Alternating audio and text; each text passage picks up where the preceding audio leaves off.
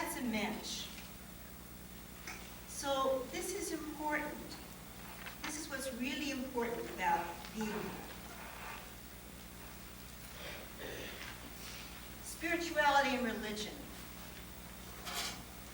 Well, I think most religions share the same spirituality, knowing that we come from a creator and that we're here for a purpose to make the world a better place. But then how do we go about doing it? How do we teach it? How do we organize for it? How do we celebrate it? And think of food, it's like going to a big market. Well, if you don't know what you're going to cook, if you don't know whether you want to make lasagna or chow mein, you're going to be pretty stumped. So for me, the official religions are like that. They give a certain flavor. They tell us how we're going to do something, and they show us a way of what it's going to be like when it's put together. I'm Jewish because my parents are Jewish, my family's Jewish. I'm also a mystic, so I believe I've been around before, and I've had other lifetimes as other religions, in other religions. And when I come around again, I'm not sure. That's not something that I can see. But for now, I'm Jewish, and it's important to me to study it, to learn it, to teach it, to do as much as I can within my religion, and then to collaborate with other spiritual beings from other religions, because it's one world. To share one more rabbinic legend, Midrash, it's that we all were created from Adam.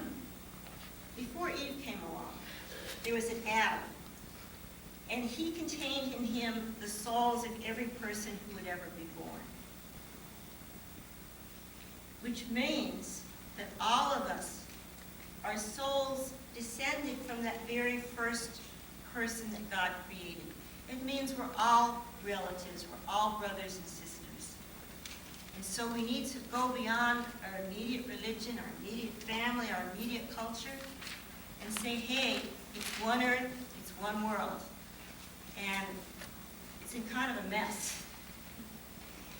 But together, we can really turn things around. And that's, to me, what Messianism is about. Messianism is getting enough people on this level of consciousness to say, hey, I'm just not here in this body, and I'm not just here in this family and this religion, but I'm here on this earth as part of a huge family of souls. And we've all come here together to make this a good place to live for everybody. Another couple minutes? Okay. So in Jewish mysticism, we talk about 4 worlds. First world is the world of doing. So Judaism is a busy religion when it comes to doing. We've got lots of things you have to do, and most of us, if we haven't already built, are building a hut so we can celebrate tonight the harvest holiday of Sukkot. And part of the doing is also doing charity work, helping other people, visiting the sick, taking care of the poor. And then there's the world of feeling. And in that world of feeling, spirit manifests as love. And then there's the world of thinking. And in the world of thinking, spirit manifests as a universal consciousness. And then there's the world of being. And in that world of being, that's what we call getting high. It's just being in that place where you're so beyond your self-consciousness that everything in you is glowing. Now those are our 4 worlds, and I don't think the worlds are at all unique to Judaism, but the way we get at them has our own particular customs, our own particular texts, our own particular flavor. And I'm a serious meditator. For me, I get there through the deeds, through the feelings, through the thinking, but through through prayer and a lot of meditation. And when I get there, I really feel like I'm one with everybody and everything. One more minute? Quick story. Okay. We just came through our holiday of Yom Kippur, which is a day in which we ask for cleansing to do things better. So I'll tell you a story about a man who was going to visit the greatest rabbi of his time, the great Rebbe, the Baal Shem Tov. And he wanted to be with this very great person, and he set out with his wagon and his cart, and it rained, and then the cart's wheel broke, and then the horse stumbled, and he thought he'd never get there. But he was really determined. And as he was almost there, this guy by the side of the road waved him down, and he said, please come with me, come with my family, come with my little village. We need you to be our 10th person so we can really have a prayer service. And the guy said, sorry, I've got to go, I'm going to the Rebbe. He got to the Rebbe, and everybody's walking up, shaking hands, and the Rebbe won't even shake his hand. After the services are all over, he comes up to me and says, Rebbe, why wouldn't you shake my hand? And the Baal Shem says to him, don't you know, you were only brought into this world to join those people in prayer. Thank you very much.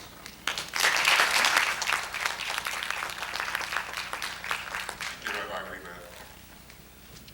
As the rabbis are giving their various ideas about the concept of spirituality, this symposium is set up primarily to be an instructive experience for you. So I hope you begin to focus inwardly and ask yourself, what is my spirituality and how am I manifesting it? And hopefully in the process of this dialogue, that your own horizon will be broadened, your own level of consciousness might be raised. So you're interacting in a sense with what you hear and how it applies to you and how you can broaden your own perception of yourselves as spiritual beings. Having said that now, Rabbi Barth, as an academic dean of the seminary, the psychologist Jung has said some time ago that these are crazy times in which we are living. He said this many years ago, but I think we can say that again today. With all the things happening around us, these are crazy times in which we live. And again, as has been said, I believe that the craziness of people, for the most part, comes because of a negative self-perception. We do not, as Rabbi Weaver has just stated, perceive the world to have been developed or born for us. We perceive it as something alien to us. But what uniqueness from your own experience, having worked with students and people, do you bring to this concept of spirituality, Rabbi Barth? Let me also take a stand.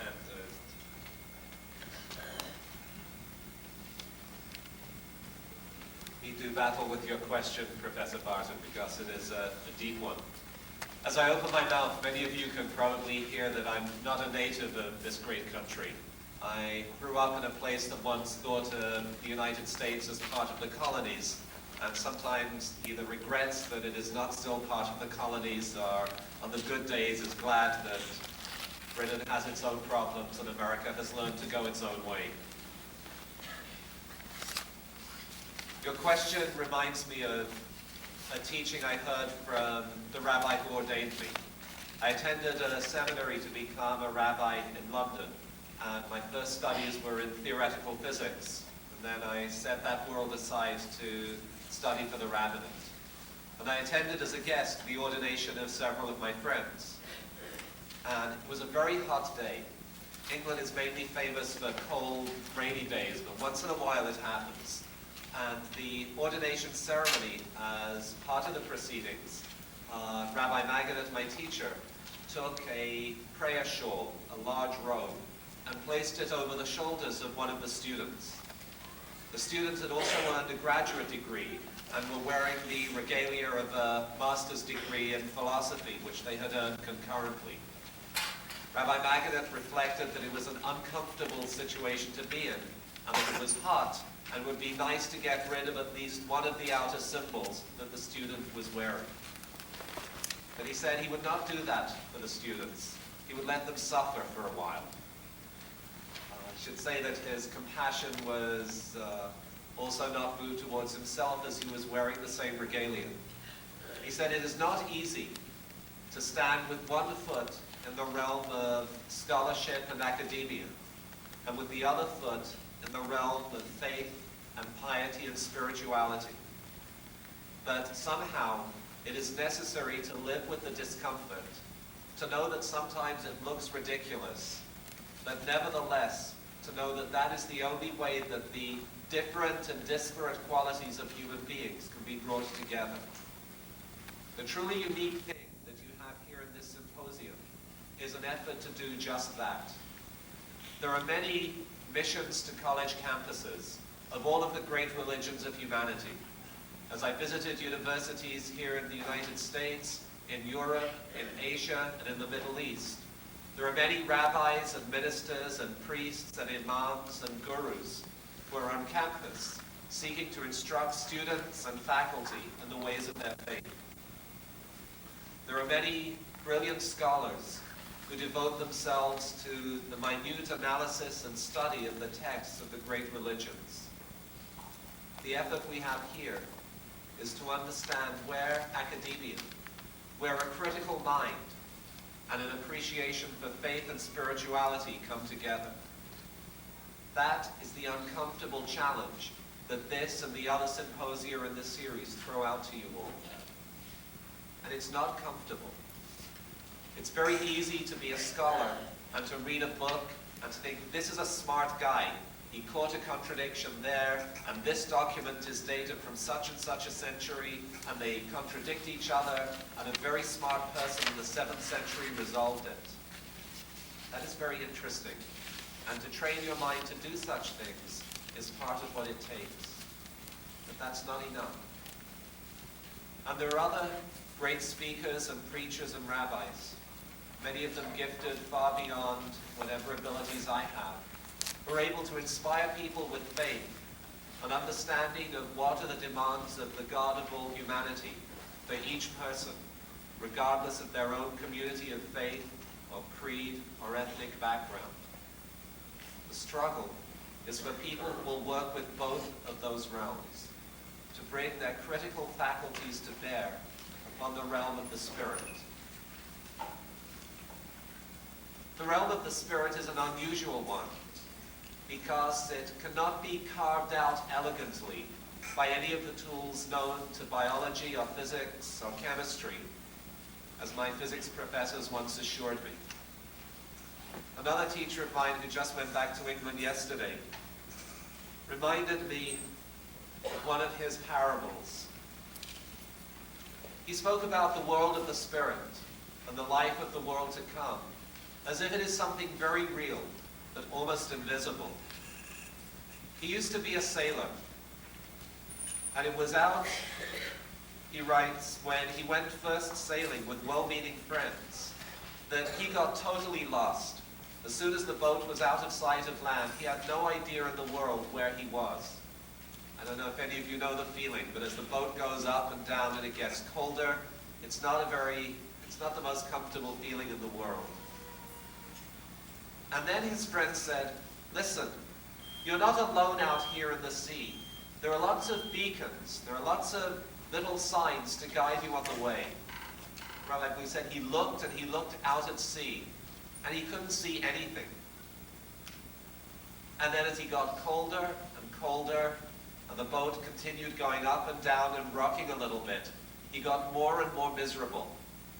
And suddenly, in one moment, he saw a flickering little red light out at sea.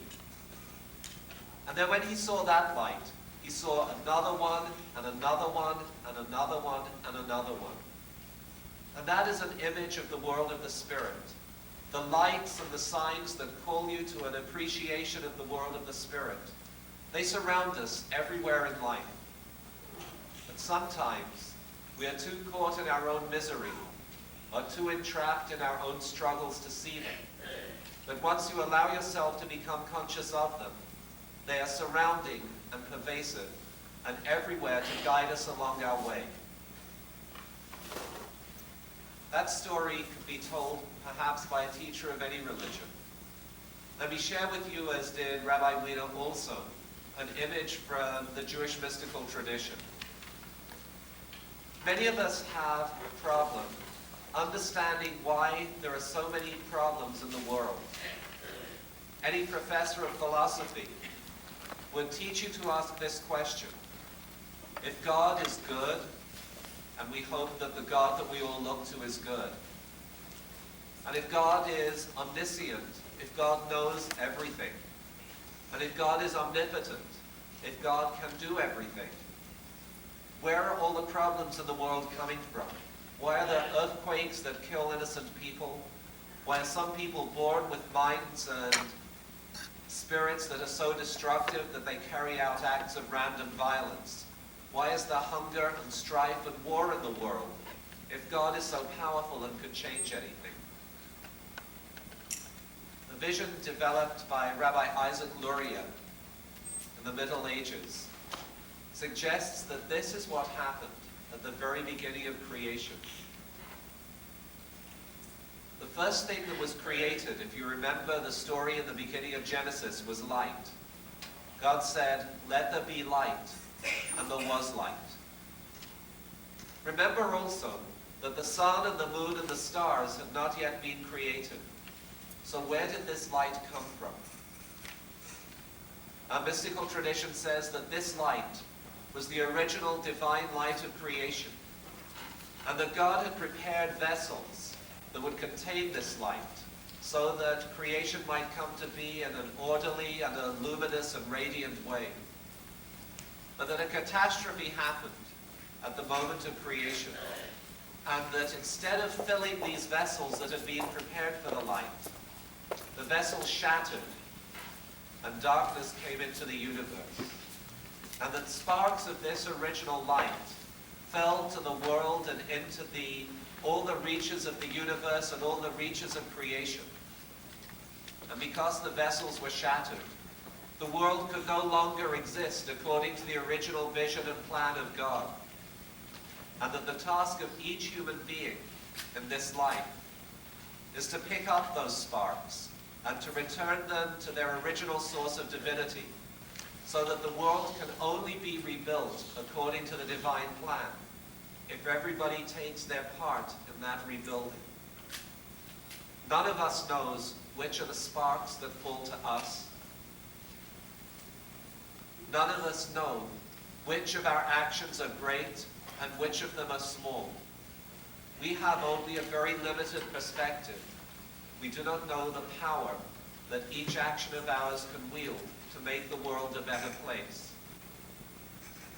But our great teachers, and the teachers of all traditions, have had a vision of how the world might be if those vessels were reassembled the way they were.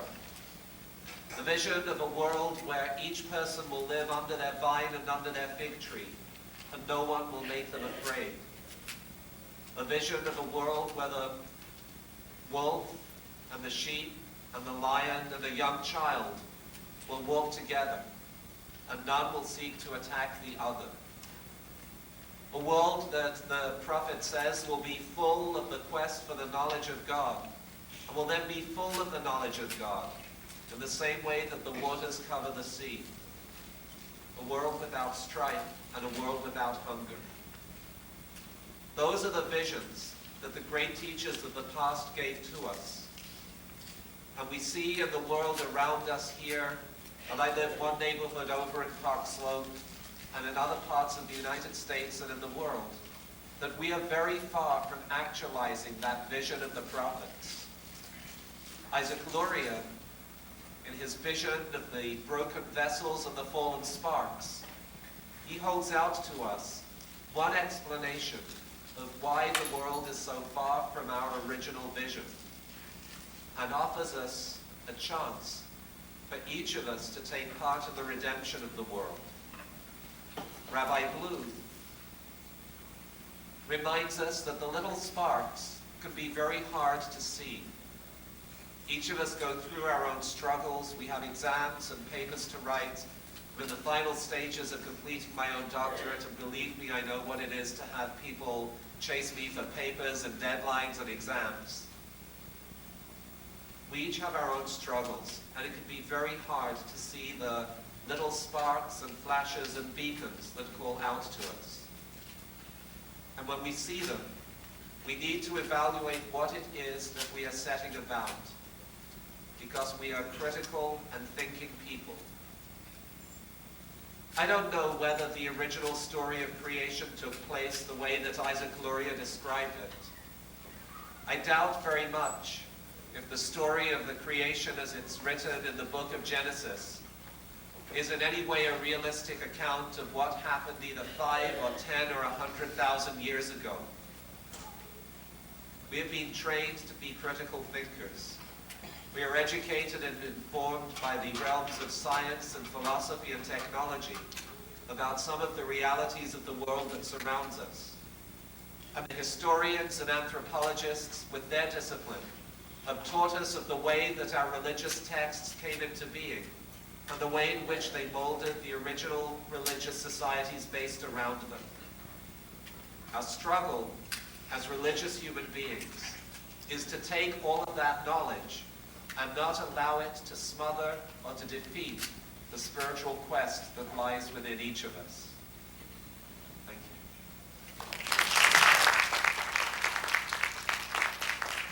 Thank you, Rabbi Barnes.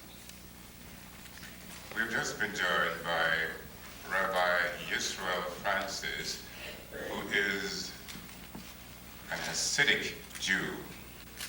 And of course, you can tell from his countenance that he is an African American, and I believe he would want me to say that not only is he African American, but he also has Caribbean heritage as well. Welcome, Rabbi Francis.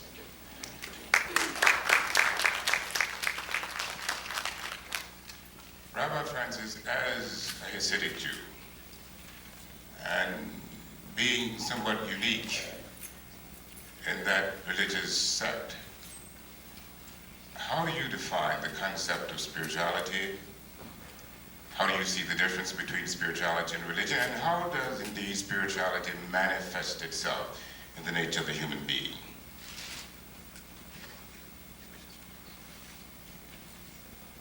First of all, I'd like to thank the esteemed professor here for the opportunity to share this distinguished day.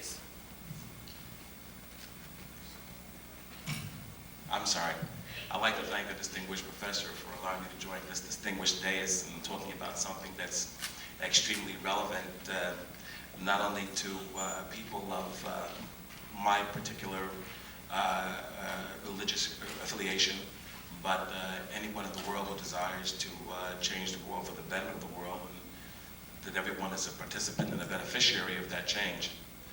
Spirituality, to go to the first question, spirituality, the Hasidic people are people of lively spirit, of a joyful countenance, people with the same struggles and trials and tribulations that most other people have. Maybe their ways of dealing with it has been proclamated by their religious laws and bylaws, but the problems are more or less the same. The spirituality comes in much so like the spirituality of anyone trying to seek a better world or a better condition. We know that in sociology, we understand that the smallest unit that makes up the fabric of America is the family unit. And that family unit personifies itself in the world by the way the socialization aspects are in that family, the dynamics, so to speak, in the family, which causes people to react in a certain way, join certain clubs, and affiliate themselves in certain ways.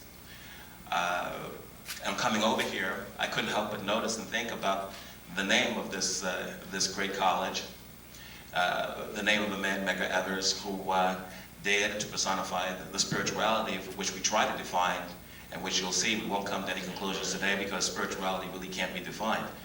But Medgar Evers dared to define within his lifetime that kind of spirituality which embodied the notion of a freedom, of a civil freedom, the ability to enjoy, the ability to be free, the ability to touch and look and see. And for that, he gave his life because the spirituality transcended the individual, and it transcended the community, and it transcended African Americans, and it transcended Jewish Americans.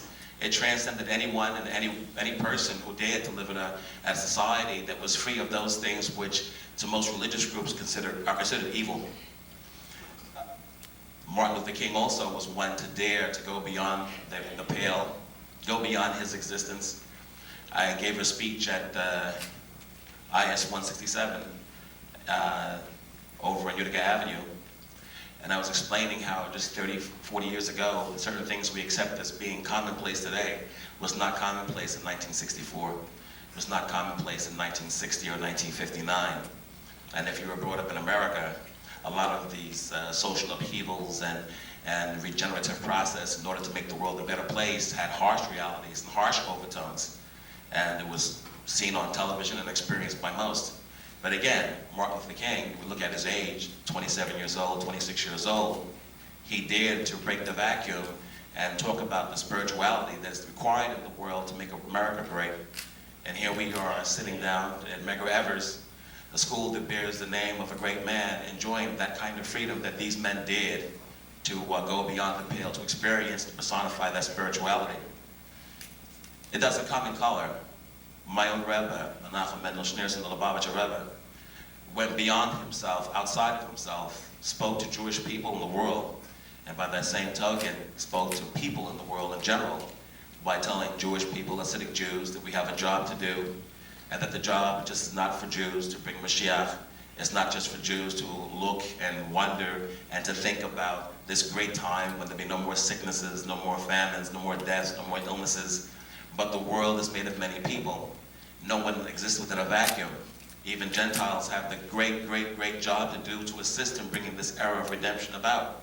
And so the Rebbe, who went beyond the pale of keeping his own spirituality within himself, personified to the world his spirituality through talking to his Hasidim, to talking to people in Crown Heights, to talking to the world on television. And because of him, over the last 50 years, we are the beneficiaries again of an increased spirituality and increased freedom that we didn't have before. It is by the virtue of my being here, not because I have uncles or relatives that so desire that I follow a certain track, or because I have a duty to necessarily do what my father wants or my grandfather wants, though it is true there is a duty of some sort. But I am in this situation, I'm here as a fact, because I'm totally committed to increasing that spirituality, which brings about what I'd like to see in my lifetime and in my children's lifetime, our freedom of inhibition, our freedom of being able to look at any ethnicity and to be able to see the spirituality within these various individuals. And unless you go beyond that vacuum, it doesn't exist. Abraham Avinu, Abraham, was told, Lech lecha, go forth, go for it, go out. And one of the commentaries to this particular wording or story of Abraham was that he was like a beautiful perfume, that as long as it was kept on the shelf, nobody smelled it. It didn't have any kind of value. But as long as you take it off the shelf and you put some on, and you walk to a party, and you walk down the block, and they go, wow, that smells good. Everybody gets to experience that which was on the shelf locked tight in the bottom. The guy was a diamond. He keeps the diamond in his pocket. Diamond really has no worth because nobody knows it's there. When a person takes the diamond out of his pocket and walks down the street and goes, look at this, isn't this great? All of a sudden, hey, you know, it's probably worth 10 grand, it's probably worth 5 grand, it's probably worth this, that, the other. Now it has a worth. The same situation applies to spirituality. You can look in the dictionary to find what spirituality means, but it's not going to cut it. There's an essence to spirituality which can't be defined. That essence is being on a train station and having someone ask for tzedakah, for charity, and everyone down the train says no. And you go in your pocket and you give this person charity, and all of a sudden, There are people on the train with you that were there all the time, decide to go in their pocket and give charity also. You didn't discover something new. You allowed for something to be awakened that was already there. The spirit is already there, but it takes individuals like you and I to do the good thing, to wage the good fight in order to make it ever known in the world, such as a Medgar Evers or a Martin Luther King and my revered Rebbe. And I can go even further. There was another individual that comes to mind which you may or may not know. And I hope I'm not embarrassing you, but Rabbi Hack's father, tremendous man. He's another one who dared to go beyond the pale. He could have stayed within his own community, so to speak, and say, I'm going to do Jewish things for Jewish people only. And I'll be known as a Jewish person in my Jewish community, and let everybody else take care of themselves. No, I don't need to be bothered. This man, who I revered very much, we would walk to a synagogue on a Saturday, and people, whether they were Chinese, whether they were African Americans, they would look at him and wave to him affectionately, JJ, how you doing? How you doing? How you doing? This guy had something for everybody. And what was he doing? He wasn't exchanging cordialities because there's something to do. He turned the idea and notion and perception of Jewish people as being one who cannot deal with other people, can't talk to other people, can't react to other people, can't join in a common effort with other people. He's talked at high schools, junior high schools, lectures, release times, alcohol and abuse, all kinds of great things, which when we sit down and we go to bed, we don't think of actually what these things are we'd like to see in the world. But there are people actually out there doing these things because they dream of a better world, and they do what has to be done in order to create it. What is spirituality? Spirituality is like a vacuum. This whole room has a plastic bag over it, and God is all over this room, but it's sealed like with a giant saran wrap. So how do you bust it? You bust it when somebody looks at someone he doesn't necessarily like and says, how are you? How do you feel? And all of a sudden the idea comes about, I should ask somebody else how they feel. Or someone that needs a hand that you would normally give a hand to, give him a hand. Or someone that you see who needs tzedakah and you know that you can give him $1, but you'd rather give him a dime, but you give him $1 knowing $1 can buy what he needs to eat. When you do that, you're busting the saran wrap, and all of a sudden the godliness that was concealed in our own environment and in our own world, in our own community, becomes effervescent. And so that each and every one of us, the more we try to do these things which are necessary and creates the kind of atmosphere which brings godliness, we're constantly breaking the plastic bag. So the idea is that if you are committed to breaking that plastic bag, and if you are committed, if you're a parent, to taking the idea that we must break this plastic bag to create a godliness between races, a godliness between communities, a godliness between children who don't even know what racism is. When we do that, we're breaking the plastic bag, and godliness is expounded throughout the community. Forget about Crown Heights. It's beyond the borough, New York City, Chicago, LA. Why? Because there's a common thing here. Godliness, spirituality. The thing that you can't really say, Webster says. But it's how I treat you, it's how I look at you. As opposed to trying to create such a difference. The funny thing about it, we are here because we're participating. And things only change when you participate. When you don't participate, it doesn't change. There are people equally committed to keeping godliness concealed. There are people equally committed in saying, you know what, we can't do that. Those Jews over there, we can't deal with them. The blacks over there, they're all crazy people. This guy's over here, they're nuts. The Spanish over there, they're committed to this. And they keep the concealment going. But I'm speaking to people who is governed by their soul, and eventually you will be if you're not. And what makes you governed by your soul? Hard times makes you governed by your soul. A constant reawakening as to who you are, what you should be, and what you should be thinking is determined sometimes by hard times when God shakes you up and says, you're too comfortable, shake you up. What should I be doing? What didn't I do? I'm appealing to people who have that kind of mentality, and it's everybody. Some are on a low burner and some are on a high flame. So the ones on a high flame, we know they're already joining the war. Those on the low burner, I talk to you. That it's much more than walking around with the kapata on, and it's much more than walking around with a gele on. And walking around talking about who was there when and once and 10,000 years ago and 5,000 years ago. It's much more than that. Those who don't enjoy and understand the victories of the past cannot enjoy and inherit and be beneficiaries to the rewards of the future. So I appeal to those who I speak to that I'm not some kind of person who's in this for gratification of some sort. It gratifies me when I see there's a calmness in the communities, when there are people treating each other with kindness. And you know what keeps my head small without becoming a very big egotist? Because I know the more I see in the papers, the more I hear it, it's like nothing's been done. And as long as you feel that way, that means our job is that much more. So I am proud to know that there are certain, funny thing about it, you think about civil rights. Amongst Chabad Hasidim, we have something called Chabad houses.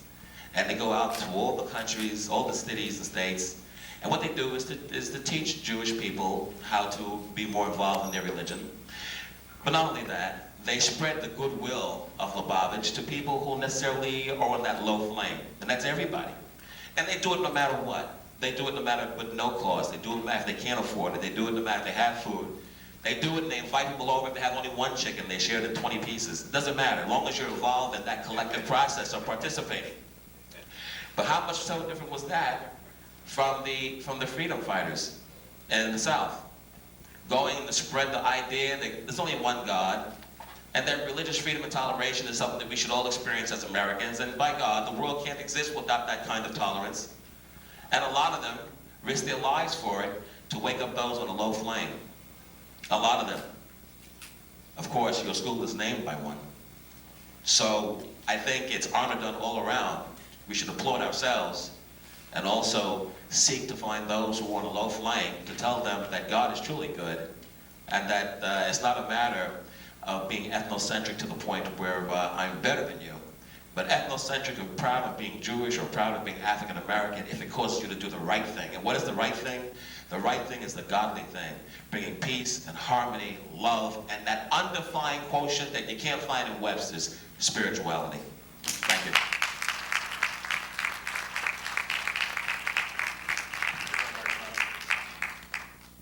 Let me remind you again that you should write your questions on the forms that have been passed out to you and have them ready after we listen to Rabbi Heck, because we want to know what you're thinking, what you're feeling, and what questions may be burning in your minds that possibly these very learned minds that we have here can answer for you. Rabbi Heck, welcome to Medgar College. You have been here many times. Over the years, I know that our president has spoken very fondly of his relationship with you. I'm also aware that you've been involved in the healing process of the polarization that has existed within this community. I learned something just a few minutes ago, that your commitment comes from the background, your tradition, your father, and that's good. How many of us have the kind of role model, perhaps, that you have had that induces us to go out and become positive individuals in this society?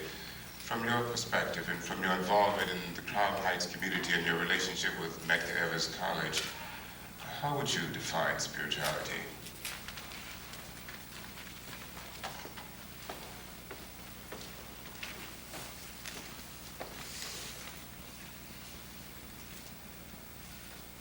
Thank you, Professor Martin.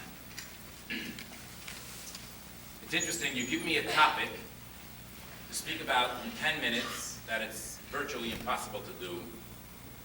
To make things more difficult, you give me an introduction and speak about my father, which again immediately humbles me. How can I speak once or try to top that introduction? And then you put on panelists, in particular Francis, remind me the next time I'm with you on a panel, I want to speak before you, please.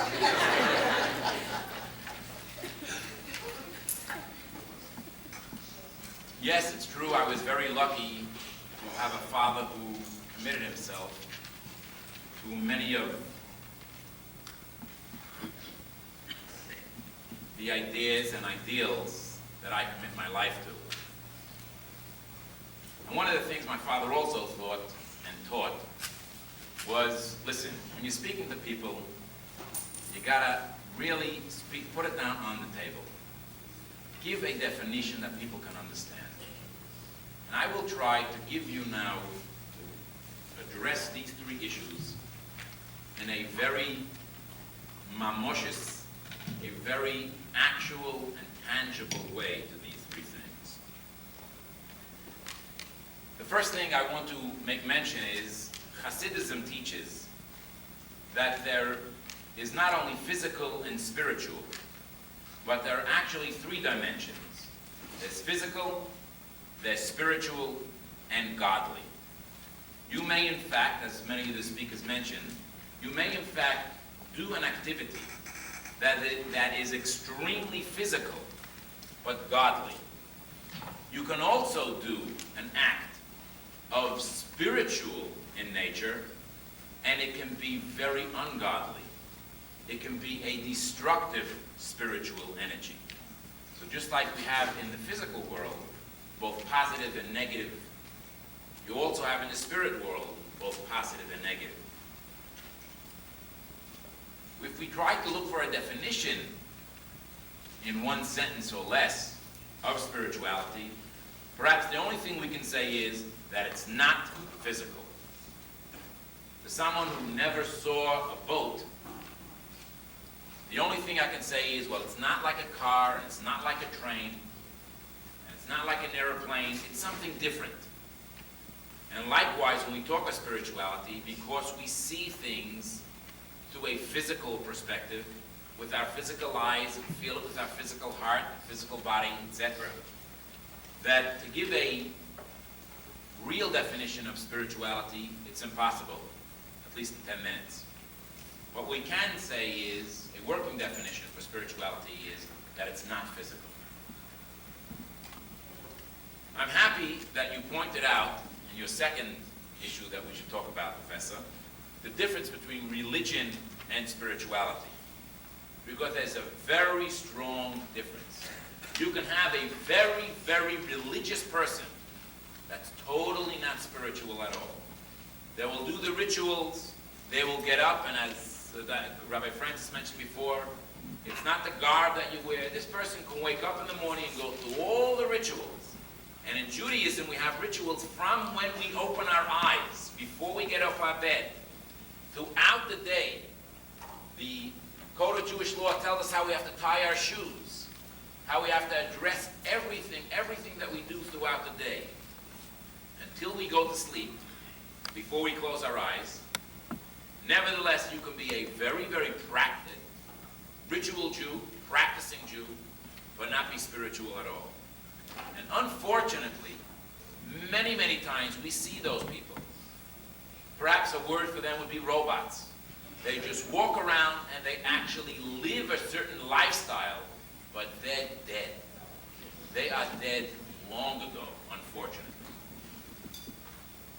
On the other hand, we find many times people who are very spiritual in nature are really tuned in to spirituality and to the love of God. And God is represented by love, or love is represented by God.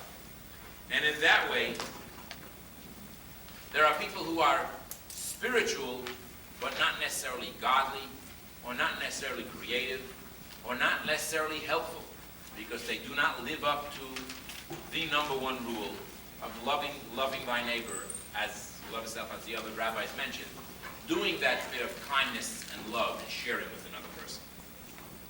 And finally, I want to talk about the spirituality and its nature, the human being, and its effect, the destiny of mankind.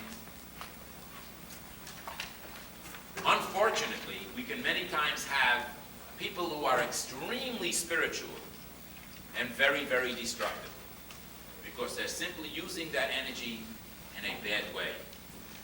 The proper way to be tuned into that spirituality is to use it in a proper way.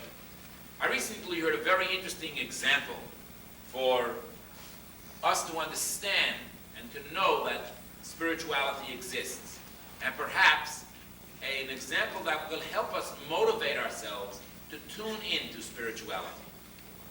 If someone would stand up here and say, excuse me, there are radio waves in this room. You'd say, listen, excuse me, I look around and I do not see any radio waves at all. In fact, today they're not only radio waves, but there are many other different energies, visual energies, and many, in fact, many different frequencies of these energies that are actually traveling through this room. You say, once again, excuse me, I don't feel any of these things. I don't see any of these things.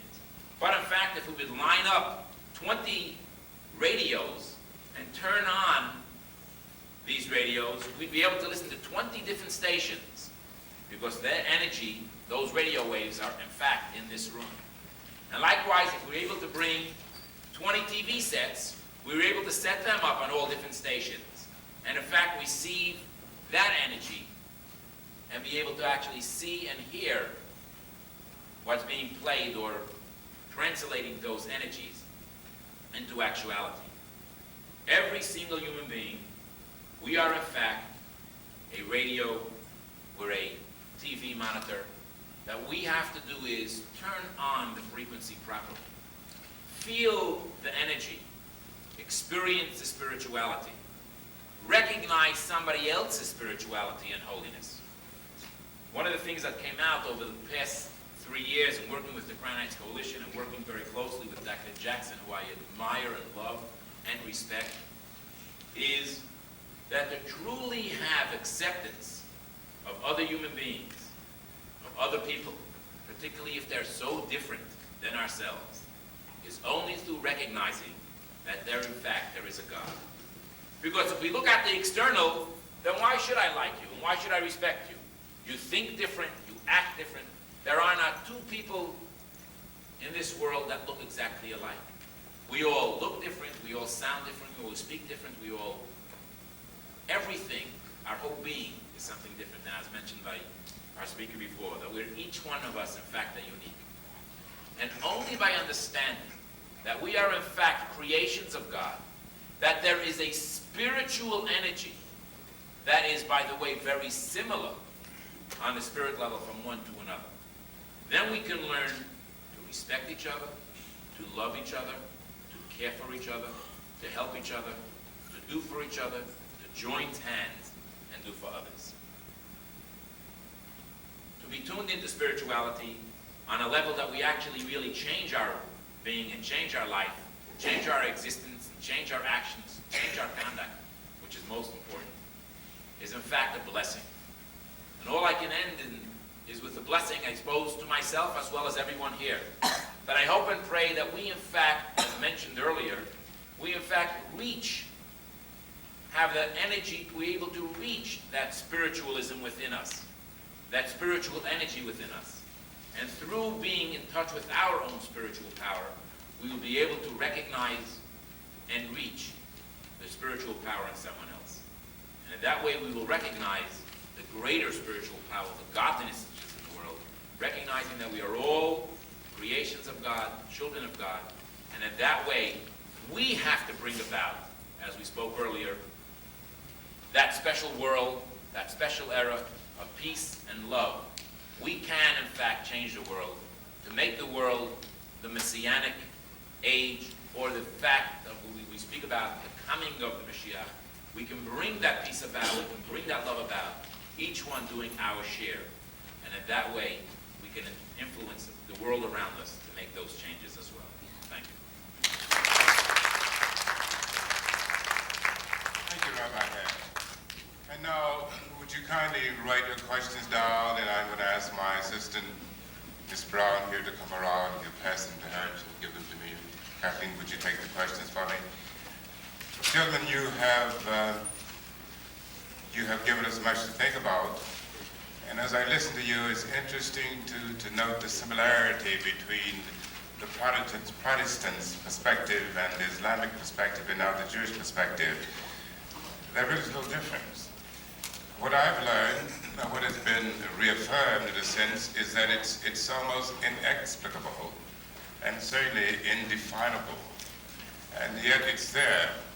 I wonder though, is there really a conflict between one being intellectual and one being spiritual? Let me rephrase it. Is there a conflict between one being intellectual and one being spiritual and religious? Well, let me just share with you what I didn't get to say before, which was in the first half of my life, I was intellectual. and I went through Wellesley and Harvard. I guess being a nice person, spiritual in that sense, but not at all religious. I wish I could do it over, because I feel so much smarter. God does so much of my thinking for me now. So I would say that being spiritual has really enhanced my intellect. And when I went through 5 years of rabbinical school and 4 years of a doctoral program, it felt like a breeze. Of course, it was a lot of hard work, but I had such joy. I had such excitement. I had such love for it. So it's that spirituality that powers my intellect. And really makes it a joyride. And Dr. Barton, if I can just make a mention, you said about the similarities of other religions. When we speak of the level of spirituality, perhaps it's very much so.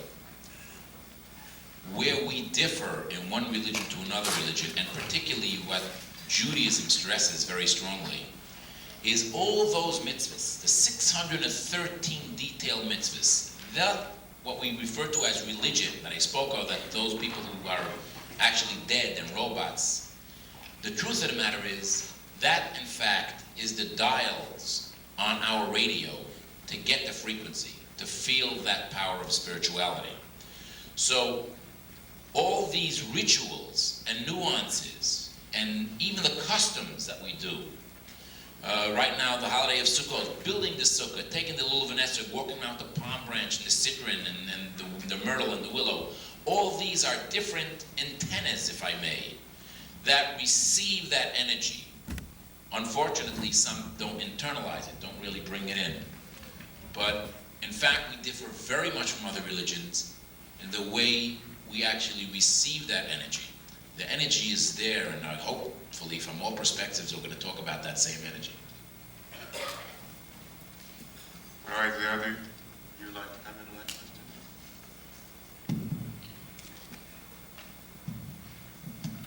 You broke it down into intellectualism and spirituality and religion. I've known intellectual spiritualists and intellectual people who are intellectually going on their way intellectually and academically religious, if I can put the two together. But you know, as Rabbi Heck said, when you talk about something and it's close to its source, it's all the same. And when you go further down from the source, it has opposites. For instance, fire and water. Fire and water, of course, is in our level. It's very opposite. You know, water puts out fire. No, but if you go back to the source where they all originate from, those two elements are basically the same in its source. So what you have now on our plane are people in various religions or various different sects talking of the differences of themselves because we're removed from our source. And when you find that when there are people who are close to their own source, no matter what faith they hold by, it's hard to distinguish them because they all believe in godliness. When you remove them from their source, you put them on the very low level of their religion or their faith, then you see all the differences you want to find. But when they go back to the source or the machor, you find that there isn't very many differences at all. You took a guy who's a Christian who gives a lot of money for charity. A Jewish fellow also gives a lot of money for charity. Neither are wearing a kippah as a differentiating factor. You wouldn't know which one is Jewish. But yet, when they act on a very base level, you can say neither of them are religious. It's like two children who are fighting, and then when the master comes outside and smacks, that's a, hey, attention, right? Everybody jumps to it and everybody goes to the common cause. But as long as the master isn't out there, everybody's bickering, they're doing their own thing, whatever.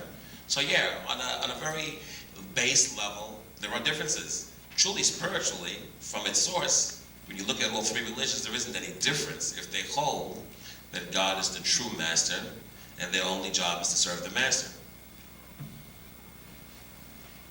Thank you. Let me be brief.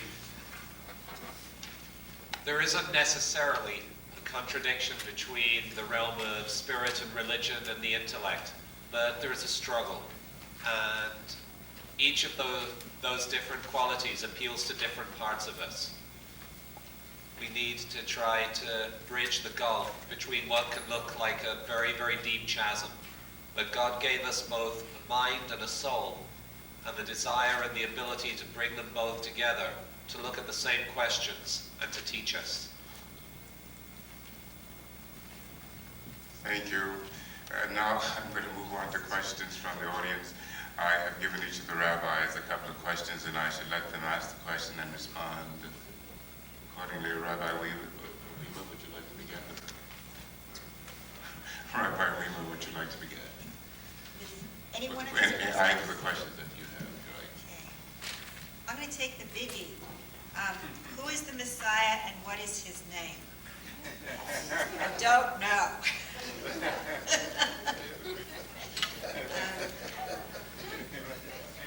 I go by the tradition that says there's always at least one potential Messiah waiting around for us to get our act together, so that all he has to do is wave the flag and we're ready. And until we all put our hearts together to work for universal peace and brotherhood, sisterhood, we're going to have more failed messiahs. So I don't know. I'll be curious to find out. You know, there are many of us who do believe the time is soon. And whether it's a him or a her. What gets me, I think, is just working to make it come about, and seeing that the difference from when I was a child and now. It's true there's still terrible things going on, but there does seem to be more of a worldwide consciousness that we're all connected. And it's one of the good things that's come out of the TV set. You can't turn on the TV set anymore and think you're living in your own little city or your own village. I mean, everything that's happening all around the world is right there. Okay. Rabbi Francis, why don't you take the next question that you have, sir? Carol, I should make a lot of tapes and you can play them. This question's asked me about 1 million times. The question is, how do I deal with being an African American and Jewish with problems that are going on today? I think, first of all, I have to explain, in English literature, you begin with the idea of learning the art of perception. Is how you perceive yourself and how people perceive you. And if you're being perceived the way you want to be perceived, or if people are perceiving you not the way you perceive yourself. I see myself as a Jew who happens to be black, not a black who happens to be Jewish. Reason being is that my family is Spanish-Dutch from Amsterdam, Holland. They went to an island called St. Eustatia, which is the Dutch Netherlands Antilles. And when the Spanish government fought Holland for the islands, they blew up Statia, and many of my relatives went to a place called Curaçao, and Maracaibo, Venezuela. So when you say, how do you deal with being an African American, my line starts here in 1919, in the United States. African American, from perception point of view, how do I deal with being of color? And with the problems that are going on today? Well, I can tell you stories that when I was in college, and the Islamic movement was very heavy during the late 60s, and a lot of people of color wore kufis, and I wore a kippah. You couldn't tell the difference, so when they went right on, I said right on. It was no problem. Kind of like melted into everything, It wasn't really that much of a disparity unless they got down to who's what, But in all honesty, I think that if anything, I feel a greater necessity to want to make a contribution to the decision-making process in the political sense, and a great commitment to want to deal with people spiritually, not academically, intellectually, but spiritually. Funny about spirituality, though. Sometimes to an intellect, you have to deal with them intellectually to get them to be spiritual. Otherwise, you're not going to reach them. And sometimes for a person who's spiritual, you can't talk to them intellectually because you lose them. So the idea is to deal with each person, you have a saying, everybody in his way. To deal with a person in his way, to bring the best out of him. the Rabbi Weimer talked about waiting for Mashiach. Well, you know, a lot of us do a lot of things that are contrary to the idea that we want Mashiach, and yet we want Mashiach. So I guess if we allow the godliness within us to come out, and then the Mashiach will be realized outside. But as long as we keep him within, and we do a lot of things, some of it's horrendous, some of it, not necessarily likable or whatever, and then we can just sit there waiting and waiting for Mashiach. So I think that if we do the right things and allow the Mashiach within us to personify itself outward, then you're going to create an atmosphere which is embodied by that time that we all hope and pray for. As an African American, I walk down Crown Heights and I see Caribbean people, not Jews, Caribbean people, African Americans, who look at me and view me from a point of view as well. You know, historically, man emanates from the Fertile Crescent, and therefore, if I look at this guy walking down the street with the black hat and the beard, I would think that probably this is what the Jew looked like 5,000 years ago. So historically, topographically, he, in my mindset, is what a Jew is. So not too much going wrong there. I just I never saw one before like that, but I mean, not much going on wrong there. And to people that who are Jewish in the community, they say, well, let's see if he davens like a Jew. You know, if it was like a dog, it must be a dog. So he goes to shul, he davens this percent to fill and everything else. So he's a Jew, you know. So you only get into a problem when you try to balance the two, particularly during the Crown Heights riot, when I appeared on many programs and people were making all kinds of statements, and I was trying to bring across the point that pain transcends color, hate transcends color. A woman losing her child brings pain to the mother, and a mother losing her son brings pain to the mother. There's no such a thing as a uniquely experience only for you yourself. And so I try to talk that way to people. In fact, at the meeting we had at 167, which was filled with African Americans, I was asked many questions from, you know, it wasn't the first Jew black, this and that and the other, whatever.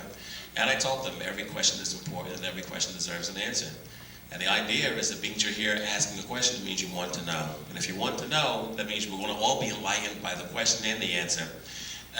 It's been a liability. It's been a liability in the workplace, I tell you that's for sure, in the corporate situation. You know what's funny about it though? If I may take the time to say this, there was a gentleman that was with me who was working as a vice president. And this person had a very nondescript, he didn't have a Jewish name, so to speak, he didn't sound Jewish. And he did all the right things. You know, he wore the Mickey Mouse watch, he had the nice shirt on, and this and that and the other. And he would always come over to me and say, Yisrael, he says, you've got a beard, you got to keep her on, you can't do this, you're not going to go anywhere. I said, Jordan, look. I said, I'm this way, I'm always this way. So I wear a pinstripe suit. You know, I'm wearing the same shoes you got, the same suit you got, but I'm going to have a beard. So I make money for you, what should be the problem? You don't understand, this is a corporate image, corporate this and that and the other, right? Mr. Black, Mr. Jordan Black, goes in for a review for senior vice president of this particular bank, and his accounts are taken away from him. And he says, why are you taking away my account? Because that means there's sort of a demotion involved. He said, we're taking away your accounts because your accounts are Saudi Arabian, and you're a Jew, so you can't have these accounts. So I'm sitting there at my office, and he walks into my office, says, he has a long face. I said, Jordan, what's wrong with you? He says, they just demoted me. I said, for what? It's because I have clients who didn't even know I was Jewish, but I was doing a great job. But the boss knew I was Jewish, they decided to take away my accounts. I said, you know, Jordan, how much better you would have felt if you had a beard and a kippah on. You would have felt at least you have a medal for something, you know, instead of being, I find that African Americans are smart people. People are generally not stupid. I think the media tries to portray people as being very stupid, and I think some leaders like to talk to people as if they're stupid. But I believe that people are intelligent and they're smart. When I first moved into Crown Heights, I was walking down the block and a guy with a big afro was running behind me, and I said, oh boy, this is it. My first day here, and already I had chickens in the bag. I said, he wants the chickens, he can have them. I'm not gonna do anything, this guy. So he runs down the block and says, hey, taps me in the back. I said, well, what do you want? So he's huffing, and he's going, I see you come out of the house with the kids, and everybody's dressed in black, and you're going back and forth. I said, yeah? He says, you're a Jew, right? I go, yeah.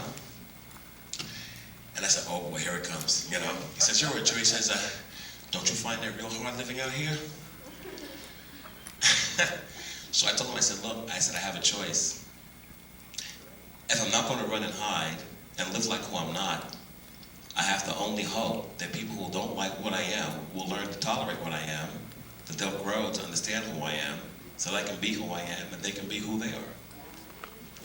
So he said, he looked around at me and he lifted his hand up and I thought, you know, me getting a stance or something, and he gave me a high five. And he went on his way. So I think when people can articulate without being condescending, when they can relate without trying to seem superior, when they can look, as Rabbi Heck said and others have said, seeing the godliness within each and every individual, then everyone becomes like your friend. And it's not like there's the enemy. I think the biggest enemy we got is the enemy within ourselves that prevents us from doing the right thing for other reasons other than religion. But it's always been a question asked of me. A lot of people just don't like the idea. I get on the train and people look at me and say, well, there's the guy who's really a wannabe. He's a white-minded black guy.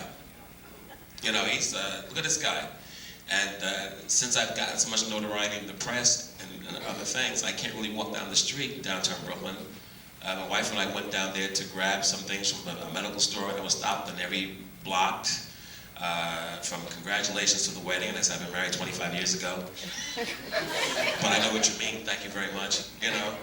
And they, you know, I read their articles, I read your article, I read this. A lot of them say, hang in there, don't give up, this and that and the other. A lot of times on the train, we sit on the train and people come over to us and start to talk, and I'm smiling and waving and hi, and this car stop, truck stop, policeman stop, train stop, you know, it's all this kind of stuff. So it's a lot of notoriety, but and some people don't understand either. And I only can tell you that if my mother was a Baptist and have a line of being Baptist, I guess I would be a Baptist minister if I'm going to be true to myself. But in my mind and in this country, if my mother's a Jew, then I should be able to live as a Jew no matter where I am. And that's not negotiable. So I say to people, however you perceive me, if it causes you to understand, to ask me a question, that's fine. You want to see me as a black person, and of course you say, hey, you, black guy, I'm going to ask you a question. That's fine, I'll answer you, I'll talk to you. You say, hey, Jew guy, fine, I'll come over and talk to you. Anything you want to call me, if it gets you to a deeper understanding, I'll talk to you. Because if that's the mechanism by which you feel you can approach me, then it's a mechanism well taken if by the end of that conversation, we both walk away with a greater understanding.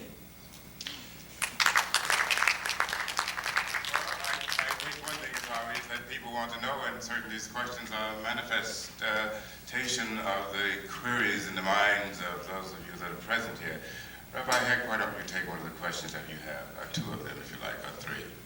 It's interesting you went to me. I just want to, one common denominator that Dr. Jackson and I have constantly found is that the Hasidic Jew and the black person can never hide who they are. You cannot change your color, and likewise, because of my religion and my devotion to my religion, I believe I cannot take my beard off, I cannot take my yarmulke off, I cannot take off my somewhat conservative dress, etc. And therefore, no matter where I go, they're going to know that I'm a Jew. As a black person, no matter where they go, they're going to know that you're black. And therefore, if it's someone who has prejudice against this particular group, you're going to have to face and deal with it. Actually, I must tell you that I'm very impressed with some of the questions. You have a great class here.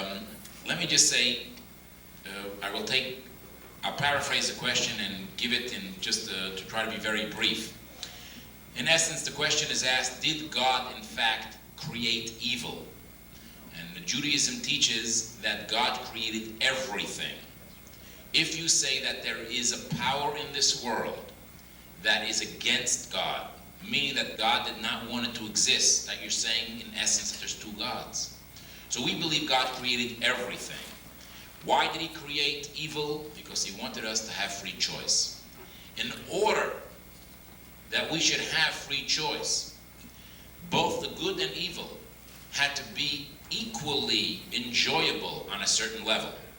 So for instance, the first mitzvah of the Torah is to be fruitful and multiply, meaning the holiest moment that one can have is when they are with their wife properly according to halacha, according to Jewish law, and the union is done with purity of heart and out of love, we also find that on the other hand, we know that the sex revolution and the age we live in and pornography is such a great business in this world. The highest and greatest moments that can be the most fulfilling and spiritual moments can also and therefore will have the power in the reverse. And likewise, you go along the line, everything, there's both good and evil, and God wants us to choose. And sometimes He even wants us to use the energy within us that is not necessarily holy, to use that energy as well, to use it in a positive way. I'll just take another quickie, and I believe, as mentioned before, why people don't understand each other and how can we improve the world. I think it starts within ourselves. I think we have to understand who we are, and we have to try to improve our lifestyle. We're always criticizing and telling the other person, oh, if you would only change. I do marriage counseling, and I'm always, it's inevitable. The husband will comment, if my wife will only change. The wife's saying, if my husband will only change. Hey guys, if the wife would only focus on the things that she has to change, and the husband would focus on the things that he has to change, it would be a different world. Their little world, their miniature world, their home. And likewise, in the entire world, we're always telling the other people what they have to do. Let's wake up once in the morning and look in the mirror and say, how can I change? How can I make a difference in my life?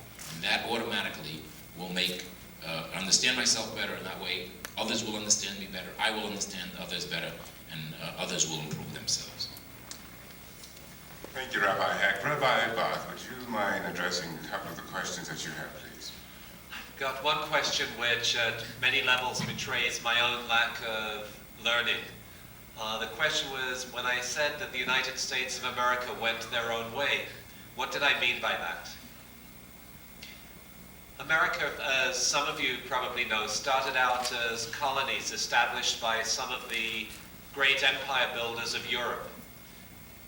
America now, as many of you know, is not answerable to the governments or parliament of any country in Europe, as there was a revolution here, and essentially an earlier generation of Americans threw the British and the French and the Dutch out of this land to establish a society of freedom and justice and equality.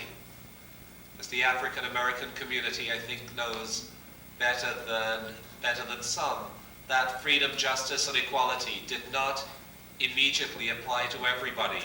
And there was another long revolutionary struggle, which is not yet over, to ensure that every citizen of the United States really exists with equality of opportunity, of education, of distribution of wealth, and so on. Nevertheless, making a stand for independence was a great and a significant step that happened in the United States, and which was ultimately followed by certain of the nations in Europe. What are the great things that it seems to me that were established by that revolution? First of all, the idea of the American Constitution, which holds out a promise of freedom and equality before the law, and an entitlement to justice and to a process of justice to everybody who lives here. To this day, in England and in the United Kingdom, where I come from, there is no constitution and no guarantee, in the same way as there is found in America, of equality of treatment before the law. What else is a great distinction in the way that America has gone? And that is in the relationship between state and religion. There is a challenge and a problem in the distinction between my approach to religion and that of Rabbi Hecht. As he says, there's nowhere that he can go that people will not know by his clothes and his appearance who he is and what he stands for. And he's right, that I could take off this somewhat smaller yarmulke that I wear, and I could walk anywhere, and people could guess any one of 1,000 affiliations that I might have. So the struggle is to choose to identify and to set an example and a shining light that makes obvious the affiliation that I'm proud to have and where it comes from. But in spite of that, the American people, by choosing the Constitution, decided that the United States, as an official governmental agency, would not take part in the life and the process of religion, that would be left to each religious community to each congregation, to each alliance and federation of congregations to work out for themselves, without fear or concern that the government would favor or take sides with one group against another. And that impartiality of the American government is one thing that makes this country so great. There are so many places in the world, in Northern Ireland, in the Middle East, in Europe, in Bosnia, where the involvement of the government in one or another religion is a source for misery and oppression of others who live in that same land. The strength of this country is never allowing itself to be brought into that situation. My prayer is that it never will. Let me take a risk to tell you one very brief story. The struggle about how to respond to the voice of religion is not always an easy one. There's a story told that a couple of college students went climbing mountains together. And on the second day of their expedition, they were going up a very, very steep mountain face. And one of them made it up to the top. But the other one started to slip, found himself sliding down the incline, ultimately just hanging on with one hand to a rock face that was jutting out. And there was a hand grip that he was holding, and he could feel the grip starting to loosen. He looked down at the very, very long drop below him. He hadn't been in church or synagogue or anywhere for a very, very long time. But as happens at a time like that in a person's life, he started to pray. Is there anybody out there? Help! I need help. I'm going to die. Look at the distance below me. I haven't been to church. I promise, help me and I'll do anything you want. A deep voice comes down from the heavens. I hear your prayer. I am here with you. All you have to do is let go of the rock, and I will take care of you, and no harm will befall you. The student looks around and says, is there anybody else up there? The voice of religion asks us sometimes to do things that demand of us that we take an enormous risk. And it's not easy to let go of the rocks and the things that seem to us like they're the certain things for us to hold on to. But ultimately, it's not a very comfortable place to be hanging on to a rock by one hand in the middle of a mountain. Sometimes you need to go to the uncomfortable place that the voice of the Spirit calls you. Thank you, Rabbi Hart. Now, ladies and gentlemen, is there one burning question that you have that you really want to respond to? If so, you may do so now. You, the panel. Or is there a question that you would like to ask each other? Is there something? I guess since I'm the female representative on the panel, I should address this question that asks, what are some of the obstacles that a female confronts in becoming a rabbi in the Jewish religion? We haven't spoken about it, but there are some differences among us panelists in how we practice our Judaism. I believe that Rabbi Francis and Rabbi Hecht are both Hasidic, and in the Hasidic branches, the men and women have very different roles. So I could not be a rabbi for a Hasidic community, although I could be a teacher and a counselor, and much of the work that I do is teaching and counseling. I'm an administrator. There are women in those communities who run schools for women, but women and men are separated in their educational spheres. In the rest of Judaism, pretty much, aside from the Orthodox and Hasidic, everyone is together. Pretty much, there are still some exceptions in the conservative movement. So, and there are seminaries, there are several seminaries that women can go to. The one where Rabbi Barth and I work is the one seminary where you can go, male or female, and after you finish, you decide what kind of Jewish community you feel most suited to serve. Now, you don't need to make up your mind beforehand. So, the obstacles aren't in becoming a rabbi.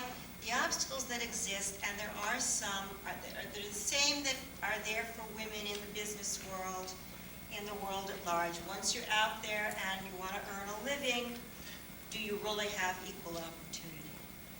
So most places, it's not equal, but sometimes it's better. And I hate to say it, but often I'm asked, just because I'm a woman and they want to have a woman representative. That was not the primary reason you were asked to come here. I do thank you for coming, though. Gentlemen, you have a question that you'd like to respond to that has not been responded to? If not, I'm going to try to, first of all, the question was asked about Kabbalah, and earlier on you heard some of the other speakers mention about mysticism and study of Kabbalah.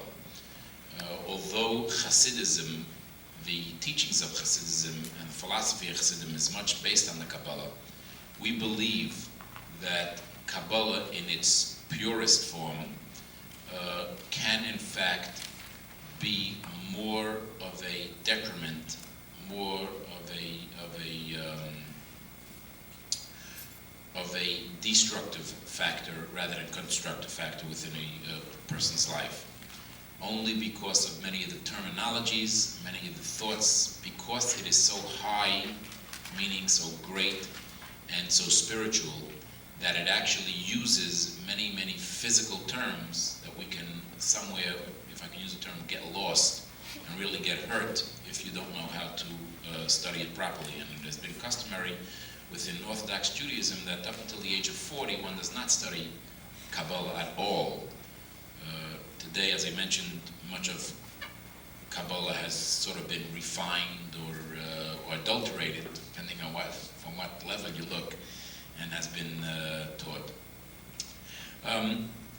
It was also mentioned about the Jewish religion being the mother of the Catholic faith, and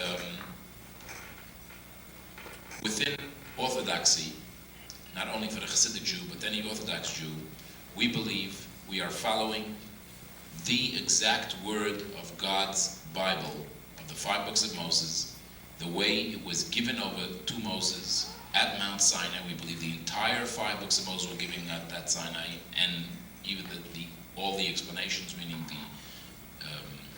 the Mishnah, Talmud, etc.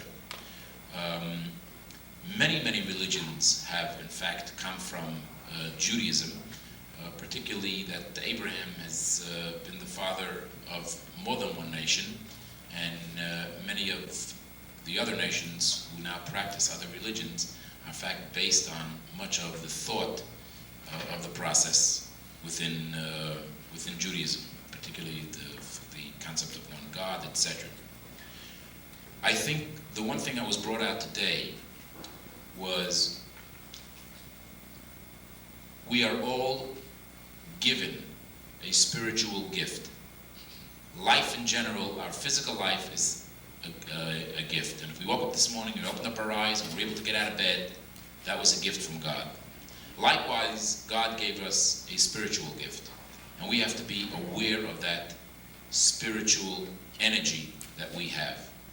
And whatever path one chooses to utilize, to express that spiritual energy, or to get in touch with that spiritual energy, or to get in touch with other and more spiritual energy, is something that each person is given free choice to choose for themselves. And on a spiritual level, there is in fact more than one path. Although obviously and naturally as a Jew, and as a religious Jew, we believe that for a person born to this religion, this in fact is the only path. I would stress again that we believe that this is only for a Jew, this is the only path. But we recognize clearly, as the Bible itself recognizes, that God has created more than one path, and even within Judaism alone, there are differences, meaning more than one path. It's the 12 tribes, and we understand that that is very, where one Jew would stress intellectualism, others Jews will stress the emotional part of Judaism, etc. But for non-Jews, as God did create, the world is not designed that we should all be Jewish, or all be one religion, or all be one color, or all be one sex, or all be one size, etc. God wanted diversity, and this is all in His master plan for us to appreciate the gifts and beauty that we each one have. thank you, Rabbi Hecht. I'm going to let that serve as a summary. What is spirituality? How does spirituality differ from religion? how does it manifest itself in the nature of man? We've not been given a definitive answer, but we know that it's there, we know that it exists. The question will continue, and I hope you will continue to ask yourselves and search for the answer. We do know something, though, that the essence of spirituality is embodied in the way we treat people, the way we look at people. It is embodied in goodness and kindness towards all people wherever you meet them. Won't you join me in thanking our panel for having shared their views, and we hope that you will come again, and thank you for coming very much.